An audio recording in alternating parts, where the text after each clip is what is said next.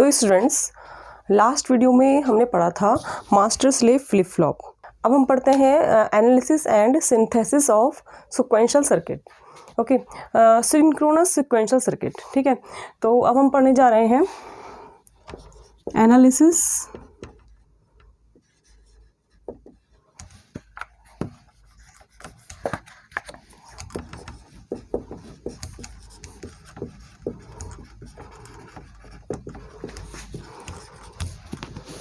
Synchronous. ठीक है, analysis and synthesis. अब ये क्या चीज़ होती है, क्या क्या मीनिंग है इन वर्ड्स का, एनालिसिस और सिंथेसिस का। ठीक है, और सिंक्रोनस सीक्वेंशियल सर्किट का क्या मतलब है वो सब हम समझते हैं।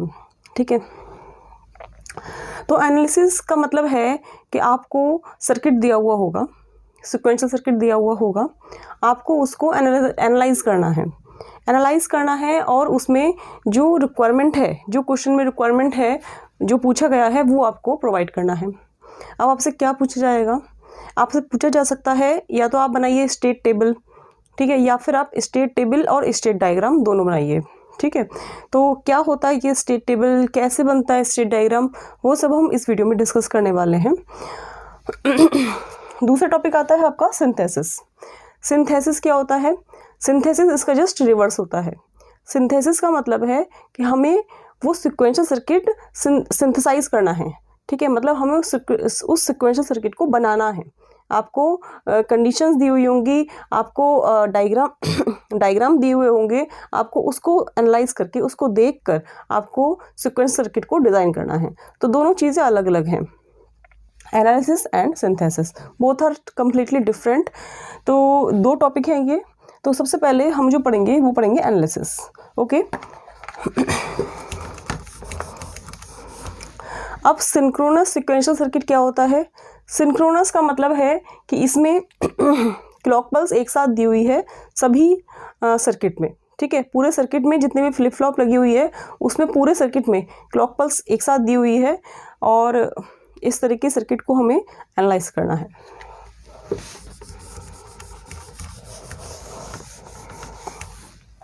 ओके, तो सपोज कीजिए आपको ये डायग्राम गिवन है। क्या डायग्राम है ये? यहाँ पे आपको दिख रहा है ये दो फ्लिप फ्लॉप हैं। कौन सी फ्लिप फ्लॉप दिख रही हैं? जेके फ्लिप फ्लॉप है। तो ए फ्लिप फ्लॉप है ये, और ये वाली फ्लिप फ्लॉप बी। ओके, और क्या दिया हुआ है इसमें? इसमें एक एक्सटर्नल इनपुट दिया हुआ है एक्स। ठीक है, और एक्स को क्या किया हुआ है, एक गेट है और गेट उसके साथ दिया हुआ है, और किसमें दिया हुआ है? इस फ्लिप फ्लॉप के इनपुट पर। कौन सा इनपुट है? जे ए। अब इसका कनेक्शन और गेट का दूसरा इनपुट कौन सा है? वो है दूसरी फ्लिप फ्लॉप का आउटपुट, बी से कनेक्ट किया हुआ है और गेट को। इसी तरह से जो दूसरा इनपुट है के ए, इसको दिया हुआ है ए इनपुट, और ये ए इनपुट कौन सा है? ये वाला इनपुट है ए। ठीक है, तो ये क्या है? ए, ये इस फ्लिप फ्लॉप का आउटपुट है ए। यहाँ इन्होंने क्यू ए लिख रखा है, यहाँ ए लिख रखा है। ए की बात है, या तो क्यू ए कह दो चाहे ए कह दो। तो ए है, यहाँ पे ए बार है। तो आपका क्वेश्चन में यदि ऐसे दिया हुआ है तो ठीक है, अदरवाइज इस ए को वो इससे कनेक्ट भी कर सकता था। ठीक है, और यहाँ पे ए ना लिखता तो आपको समझ जाना चाहिए था कि ए कहाँ दिया हुआ है, के ए पे दिया हुआ है। फर्स्ट फ्लिप फ्लॉप क्लियर हो गई, क्या इसके इनपुट्स हैं और क्या इसके आउटपुट्स हैं। सेकंड फ्लिप फ्लॉप है बी। बी में जो इनपुट है आपका जे बी, जी बी को दिया हुआ है, एक और गेट से कनेक्ट किया हुआ है। इस और गेट के इनपुट्स हैं एक्स, और दूसरा इनपुट है ए बार। ठीक है, इसी तरह से के बी, इसका इनपुट है बी। कौन सा इनपुट है ये? इसका आउटपुट है। जो इसका आउटपुट है वही इसका इनपुट है। ठीक है, मतलब इसके आउटपुट को इन्होंने इससे कनेक्ट किया हुआ है, या अलग से लिख दिया बी, बात एक ही है। ठीक है, और क्यू बी आउटपुट है, Q B bar complementary output है। क्यू बी मतलब बी, क्यू बी बार मतलब बी बार। ए और बी क्लियर हो गया होगा आपको। ठीक है, अब इस पूरे सर्किट का आउटपुट वाई है। वाई में क्या क्या कनेक्शन है, ये बी एक एंड गेट से कनेक्टेड है और ये ए बार एंड गेट से कनेक्टेड है, साथ में ये एक्स भी इस एंड गेट से कनेक्टेड है। ठीक है, ये बना रहा है आपका वाई। तो सबसे पहले इन सर्किट को एनालाइज करने के लिए हमें इसके इनपुट्स को लिखना होता है, ये क्या आ रहे हैं। तो जे ए क्या है, जे ए है आपका एक्स और गेट मतलब प्लस एक्स प्लस क्या है यहाँ पे बी। के ए क्या है, के है आपका ए, जे बी क्या है, जे बी है आपका एक्स प्लस ये और गेट है एक्स प्लस ए बार, के बी क्या है बी,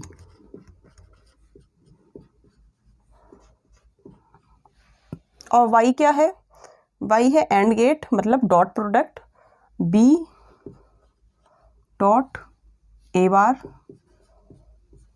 डॉट एक्स। ठीक है, तो सबसे पहले आपको किसी भी सिक्वेंशियल सर्किट को एनालाइज करने के लिए जो इनपुट्स गिवन हैं उनको आपको लिखना होगा कि इनपुट्स क्या हैं। ओके, अब क्या करना होगा आपको, अब आपको ये जो फ्लिप फ्लॉप है ये है आपकी जेके फ्लिप फ्लॉप। तो इसकी आपको मैंने जब फ्लिप फ्लॉप आपको पढ़ाई थी तो आपसे एक बात कही थी कि आप इसको इसकी कैरेक्टरिस्टिक टेबल है, कैरेक्टरिस्टिक इक्वेशन है, इसको सबको आप निकालना फाइंड करना सीख लीजिए और साथ में इनका एक्सप्रेशन याद भी कर लीजिए। तो वही याद किया हुआ एक्सप्रेशन हमें यूज़ करना है। तो इसकी कैरेक्टरिस्टिक इक्वेशन क्या थी, इसकी कैरेक्टरिस्टिक इक्वेशन ये थी आपकी Qn + 1 equal to J Q bar plus K bar Qn। याद आया आपको, ये इक्वेशन हमने फाइंड की थी और ये भी कहा था मैंने साथ में कि आप इसे याद कर लीजिए। तो हम इस इक्वेशन को अब यूज़ करने वाले हैं, आपको फाइंड नहीं करना है यहाँ पे आपको डायरेक्टली निकली हुई फाइंड की हुई जो इक्वेशन है उसको आपको यूज़ करना है। तो क्या है ये इक्वेशन, Qn + 1 equal to J Qn bar plus K bar Qn। तो मैं लिख देती हूँ, यहाँ पे लिख देती हूँ फॉर ए फ्लिप फ्लॉप। अब देखिए ये जो ए फ्लिप फ्लॉप है इसका जो प्रेजेंट आउटपुट है वो क्या है QA, इसको यहाँ पे इन्होंने नोट किया हुआ ए से। तो नेक्स्ट आउटपुट मतलब नेक्स्ट स्टेट इसकी क्या होगी AN + 1।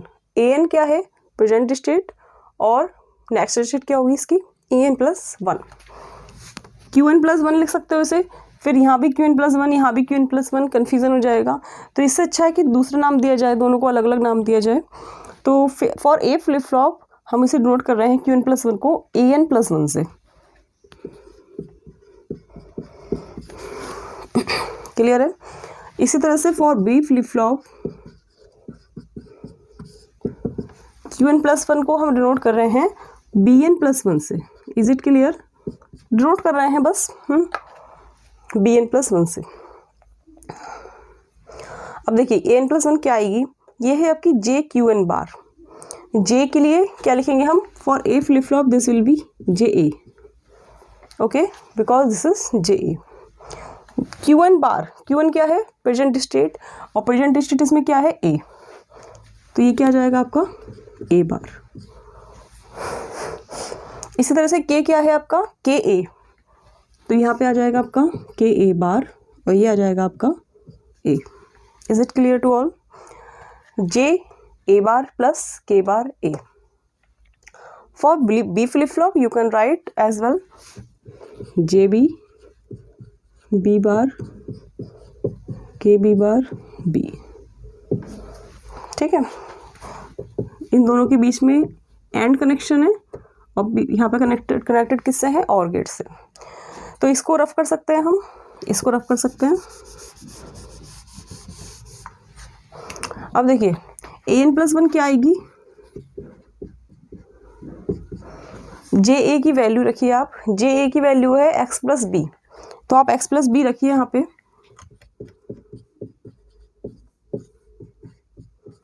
और KA की वैल्यू है A, तो A रखिए यहाँ पे। Is it clear.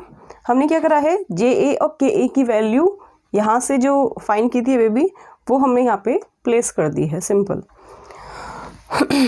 अब देखिए क्या आएगा, इसे खोल लेते हैं, ओपन कर लेते हैं। This is A bar X plus A bar B, A dot A bar is the 0 plus 0 is the nothing. तो ये आपका आ गया ए एन प्लस 1, ठीक है। अब क्या आता है, बी एन प्लस 1 को निकाल लेते हैं हम। बी एन प्लस 1 कितना आएगा, जे बी कितना है आपका, एक्स प्लस ए बार। तो आप यहाँ पुट कर लीजिए एक्स प्लस ए बार, ये है आपका।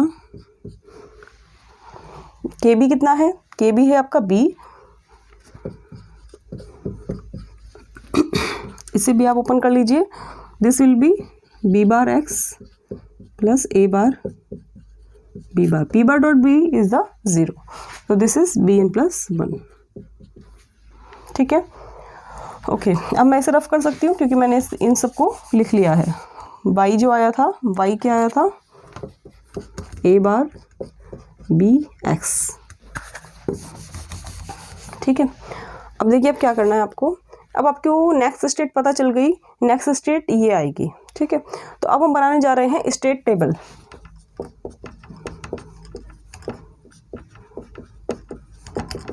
स्टेट टेबल क्या होती है, state table is a table which shows present state, next state, inputs and outputs in a table form. Okay, तो उसी को ही हम बनाने जा रहे हैं। तो प्रेजेंट स्टेट को मैं पी एस से डिनोट कर रही हूँ, और देखिए नेक्स्ट स्टेट क्या आएगी, नेक्स्ट स्टेट को मैं डिनोट कर रही हूँ एन डॉट एस से।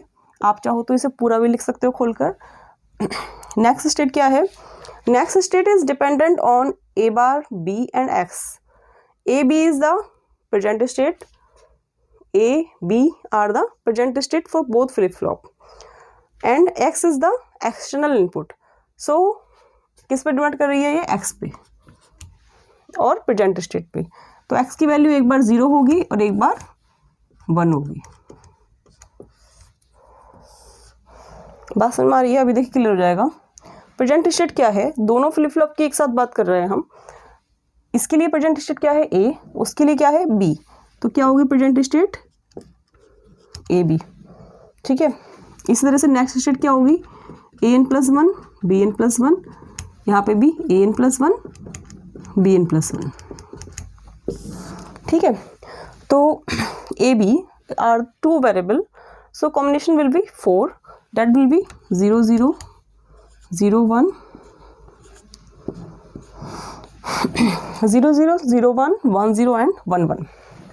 नेक्स्ट स्टेट ये क्या आएगी, पहले हम x को ले लेते हैं एक बार 0, एक बार ले लेते हैं हम 1। Next state A N plus 1 की वैल्यू निकालिए। अब आप ए एन प्लस 1 इस वाली टर्म की वैल्यू निकालिए, ए बी की वैल्यू 0 0 लेकर। तो देखिए क्या आएगी, मैं इसे रफ कर देती हूँ, सारा को सब लिख लिया होगा आप लोगों ने। मेरे पास क्या बचता है, सिर्फ और सिर्फ A N plus 1 that is A bar X plus A bar B, ठीक है। ये एक काम करते हैं, ए बार कॉमन ही रहने देते हैं, इससे इजी हो जाएगा, ठीक है। अब देखिए ए एन प्लस 1 निकाल लेती हूँ, पहले मैं पूरा ये वाली कॉलम कंप्लीट कर लेती हूँ। ए एन प्लस 1, ए बी की वैल्यू कितनी है, 0 0, तो ए बार कितना हो गया 1 0 प्लस 0, एक्स कितना था यहाँ पे 0, इस वाले कॉलम के लिए निकाल रही हूँ। तो कितना आ गया ये 1 डॉट 0 इज 0, क्लियर है, 0 डॉट 1 इज द 0, ठीक है। अब इस वाले यहाँ पे निकालिए, ये कितना है 0, ये कितना है 1, तो ये 0 है, तो 0 से कितना आया ये, इसे रफ कर देती हूँ, ये क्लियर हो गया होगा आपको। इसी से कर लेती हूँ मैं, इससे ज़्यादा इजी रहेगा।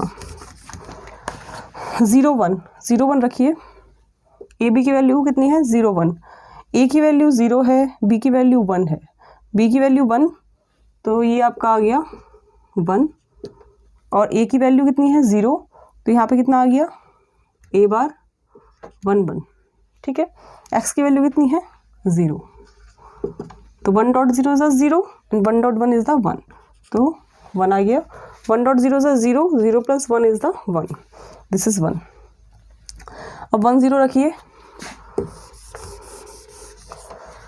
ए की वैल्यू 1, बी की वैल्यू 0 रखिए, एन प्लस 1 फाइंड कीजिए x इक्वल टू 0 पर।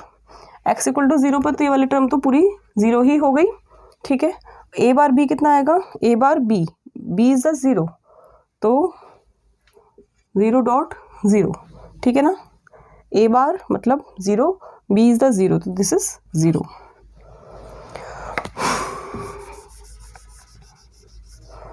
नेक्स्ट 1 1 रखिए, ए बी की वैल्यू x इक्वल टू 0 रखिए, x इक्वल टू 0 मतलब ये पूरी टर्म 0, और ए बी कितना है 1 1, 1 1 का मतलब ये तो 0 हो गया, ये 1, ए बार मतलब कॉम्प्लीमेंट ऑफ द ए, तो this is also 0, this is 0। Clear हो गया, ए एन प्लस 1।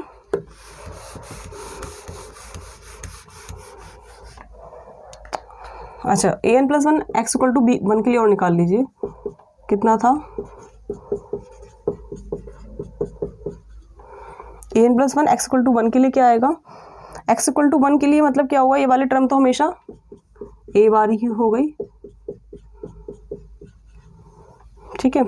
अब देखिए ये इस वाले कॉलम के लिए निकाल रहे हैं हम, x की वैल्यू 1 लेकर, ए बी की वैल्यू 0 0 लेकर, तो 0 0 का मतलब कितना हो गया, ये पूरी टर्म तो 0 ही हो गई, क्योंकि b की वैल्यू 0 है और ये वाली टर्म 1, तो this is 1, 1 plus 0 is the 1।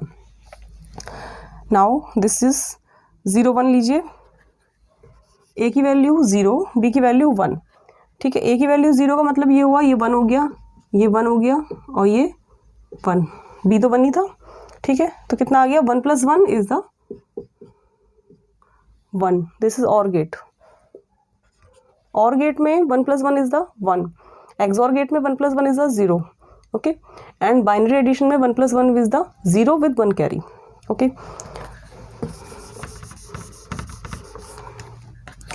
Now A B की वैल्यू 1 0 रखिए, 1 0, तो 0 की वजह से b 0 है, तो ये पूरी टर्म कितनी हो गई 0, और ये 1 था तो ये बार कितना हो गया 0, 0 प्लस 0 इज द 0। यहाँ पे 1 1 रखिए, 1 1 का मतलब कितना हुआ, ए बार इज द 0 और b कितना था 1, तो this is 0, 0 plus 0 is the 0। I hope clear हो गया होगा आपको, A N plus 1। Now B N plus 1।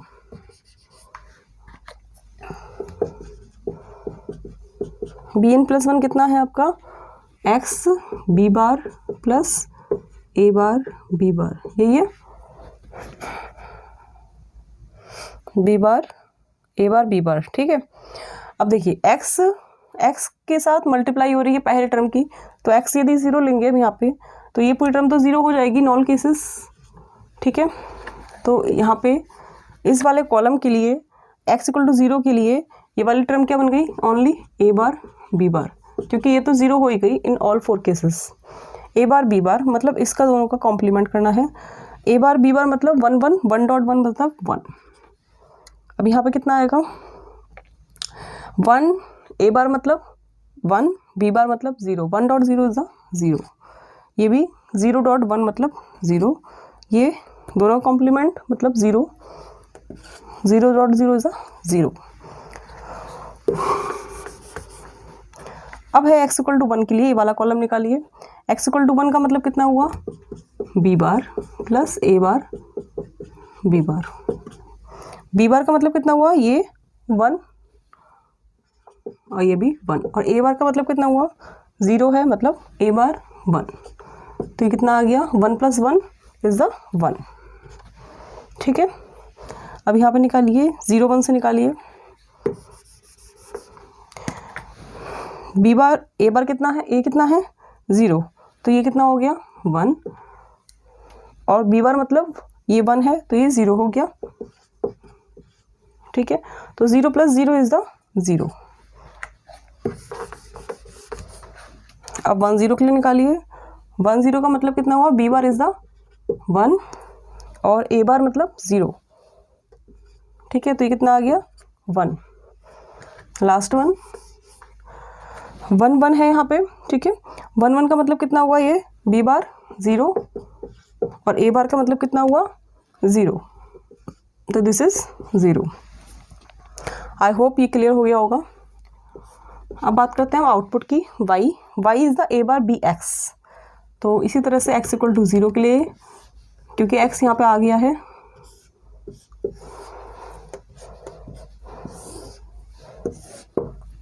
x equal to 0 के लिए y कितना है, a बार b x, ये है y। तो x इक्वल टू 0 के लिए x की 0 से मल्टीप्लाई होगी इस पूरे टर्म की, तो ये तो 0 ही आ जाएगा इन ऑल केसेस। ठीक है, और यहाँ पे क्या आएगा, x इक्वल टू 1 है तो ये बन जाएगा टर्म पूरी a बार b, है ना। a बार b का मतलब a बार b निकालिए, 1 के लिए निकाल रहा है तो ये कितना हो गया a बार b, मतलब ये कितना हुआ 0 के लिए। इसको सबको रफ कर देती हूँ मैं अब। a बार b का मतलब कितना हुआ, b 0 है तो ये 0 हो गया, यहाँ पे भी b 0 है, मल्टीप्लाई हो रही है, ये 0 हो गया। यहाँ पे a बार 1 है और b भी 1 है, ठीक है, तो ये 1 हो गया। और यहाँ पे कितना हुआ, a बार मतलब 0, b इज द 1, तो 0.1 इज द 0।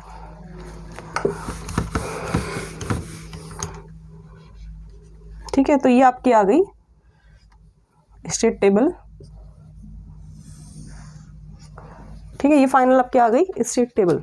ठीक है, इसमें आपको कोई डाउट हो तो आप मुझे मैसेज कीजिएगा, आप मुझे कमेंट सेक्शन में लिखिएगा। ठीक है, तो आई होप ये क्लियर हो गया होगा। आपको 1 बाय 1 बहुत सही से आपको फाइंड करनी होगी एक एक की वैल्यू, और वो आपको यहाँ पे नोट डाउन करनी होगी। बस स्टेट टेबल बनने के बाद क्वेश्चन हमारा मैक्सिमम सॉल्व हो गया है। अब हमारे पास एक चीज़ पूछी गई है, that is also draw state diagram. ठीक है, तो स्टेट डायग्राम आपको बनाना है। स्टेट डायग्राम क्या होता है, एक ऐसा डायग्राम जो कि स्टेट्स का शो करता है for particular input and output. तो स्टेट हमारे यहाँ पर 4 स्टेट हैं, 0 0 0 1 1 0 एंड 1 1। तो हम यहाँ पे शो कर देते हैं 0 0 लाइक दिस। ठीक है, ऐसे ड्रॉ कर दो, ऐसे ड्रॉ कर दो, आपकी मर्जी है, आप कैसे भी ड्रॉ करो, बस कनेक्शन सही होने चाहिए। कौन से कनेक्शन, देखिए अब कनेक्शन देखिए, 0 0 से कहाँ जा रहा है, ये नेक्स्ट स्टेट क्या है 0 1, 0 0 से कहाँ जा रहा है 0 1 पे जा रहा है। 0 0 से 0 1 पे कब जा रहा है, तब इनपुट है 0 और आउटपुट क्या है, पर्टिकुलर इसके लिए आउटपुट क्या है 0। ठीक है ना, इस वाली स्टेट के लिए आउटपुट कितना आया था 0। ठीक है, 0 1 पे जा रहा है, इनपुट क्या है 0, इनपुट है ये x, इनपुट 0 है और आउटपुट कितना आया है 0। पहला वाला वैल्यू दिखाएगा इनपुट, दूसरा वाला वैल्यू दिखाएगा आउटपुट और बीच में रहेगा स्लैश। ठीक है, ये आपको थोड़ा अनक्लियर तो नहीं हो रहा है, ये लिखा हुआ जिस तरह से है आप सही से लिखिएगा कॉपी में। ठीक है, ये आउटपुट है x इक्वल टू 0 के लिए और x इक्वल टू 1 के लिए। ठीक है, अब 0 0 से कहाँ जा रहा है, ये 1 1 पे जा रहा है, नेक्स्ट स्टेट क्या है 1 1 और इनपुट क्या है 1, आउटपुट क्या है 0। इन 0 0 से 1 1 पे जा रहा है, एरो वहीं दिखाएंगे जहाँ से जहाँ जा रहा है, और इनपुट क्या है 1, आउटपुट कितना है 0। क्लियर है, 0 1 से जा रहा है 1 0 पर, 0 1 से जा रहा है 1 0 पर, इनपुट कितना है 0, आउटपुट कितना है 0। 0 1 से 1 0 पे जा रहा है, 0 1 से 1 0 पर, दोनों बार एक ही जगह जा रहा है, 1 0 पे 1 0 पे।